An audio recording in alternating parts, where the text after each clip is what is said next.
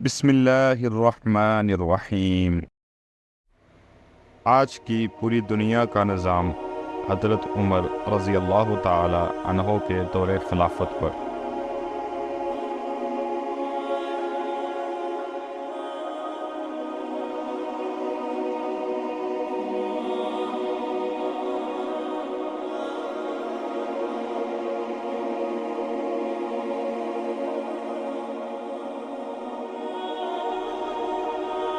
حضرت عمر بن خطاب رضی اللہ تعالی عنہ خلافت راشدہ کے دوسرے خلیفہ تھے، جو حضرت ابو بکر رضی اللہ تعالی عنہ کے بعد 634 سے 644 عیسوی تک خلافت کے منصب پر فائز رہے۔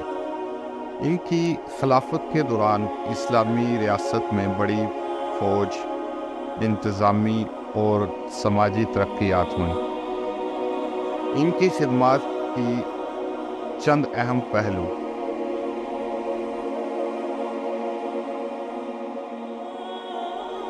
جس میں فوجی فتوحات، انتظامی اصلاحات، عدالتی اصلاحات، عوامی بہبود، مذہبی رواداری، مشاورت کی حکمرانی،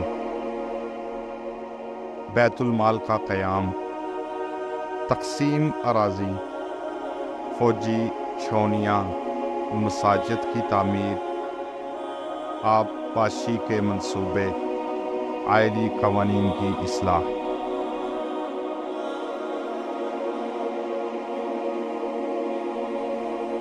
فوجی فتوحات: حضرت عمر رضی اللہ تعالی عنہ کے دور خلافت میں اسلامی سلطنت کے نمایاں طور پر وسعت حاصل کی۔ اہم فتوحات میں بازنطینی صوبوں، شام، فلسطین اور مصر کے علاوہ ساسانی سلطنت کی فتح بھی شامل ہے۔ ان فتوحات نے اسلامی سلطنت کی بنیادیں مضبوط کی۔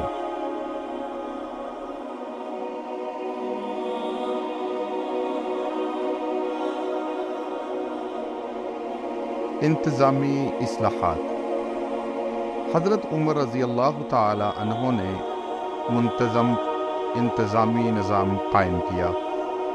انہوں نے مختلف علاقوں کی نگرانی کے لیے ولی اور عمال مقرر کیے، جو مؤثر حکمرانی کو یقینی بناتے تھے۔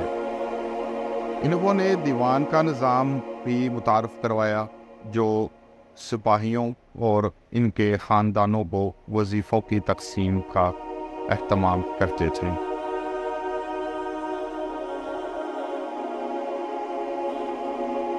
عدالتی اصلاحات: حضرت عمر رضی اللہ تعالی عنہ نے منتظم عدالتی نظام متعارف کروایا۔ انہوں نے قاضی مقرر کیے اور انصاف اور قانون کی حکمرانی پر زور دیا۔ ان کی قانونی اصلاحات کا مقصد اسلامی معاشرے میں انصاف اور برابری کو یقینی بنانا تھا۔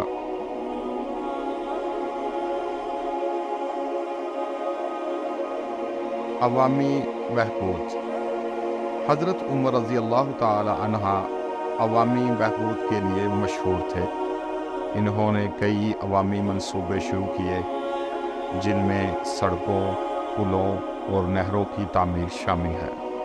انہوں نے غریبوں، یتیموں اور بیواؤں کی مدد کے لیے فلاحی نظام بھی قائم کیا۔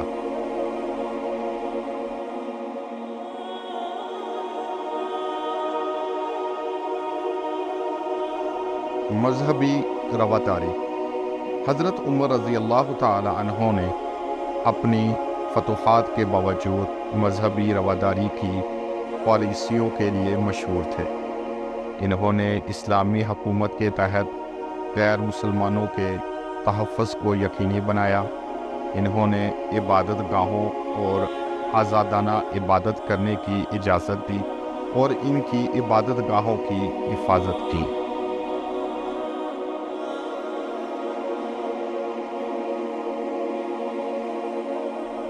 مشاورت کی حکمرانی: حضرت عمر رضی اللہ تعالی عنہ نے حکمرانی میں شعوری مشاورت پر زور دیا۔ انہوں نے مشیران کی ایک کونسل یعنی مجلس شعورا قائم کی جو اہم ریاستی امور پر بحث اور فیصلہ کرتی تھی۔ اس عمل نے ابتدائی اسلامی حکمرانی میں اجتماعی فیصلہ سازی کی اہمیت کو اجاگر کیا۔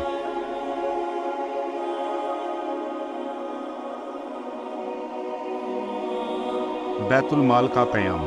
حضرت عمر رضی اللہ تعالی عنہ نے بیت المال کا نظام قائم کیا جو اسلامی خزانے کا انتظام کرتا تھا۔ اس نظام کے تحت زکوٰۃ، صدقات، جزیہ اور خراج کی رقمیں جمع کی جاتی اور عوام کی فلاح و بہبود میں خرچ کی جاتی۔ تقسیم اراضی۔ فتوحات کے بعد حاصل ہونے والی زمینوں کی منصفانہ تقسیم کے لیے حضرت عمر رضی اللہ تعالی عنہ نے نیا نظام واضح کیا۔ ان زمینوں کو مجاہدین اور دوسرے مستحقین میں تقسیم کیا گیا تاکہ ان کی محنت اور قربانیوں کا صلہ مل سکے۔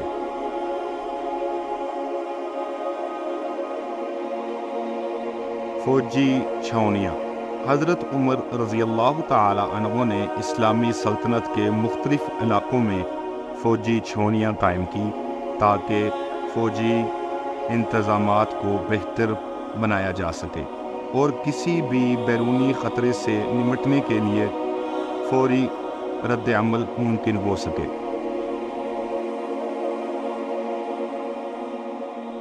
مساجد کی تعمیر۔ انہوں نے مختلف شہروں میں مساجد کی تعمیر پر خصوصی توجہ دی جہاں مسلمان نماز ادا کرتے اور اسلامی تعلیمات حاصل کرتے۔ مساجد نے اسلامی ثقافت اور تعلیم کی فروغ میں اہم کردار ادا کیا۔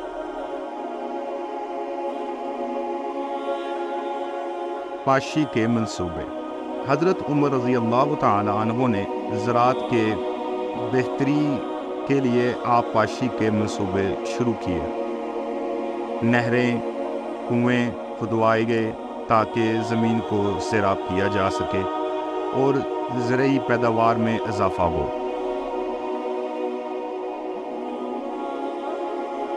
آئلی قوانین کی اصلاح۔ انہوں نے آئلی قوانین میں اصلاحات کی اور بیوہ عورتوں اور یتیم بچوں کے حقوق کو یقینی بنایا۔ انہوں نے شادی، طلاق اور وراثت کے معاملات میں انصاف اور مشاورات کی پالیسی اپنائی۔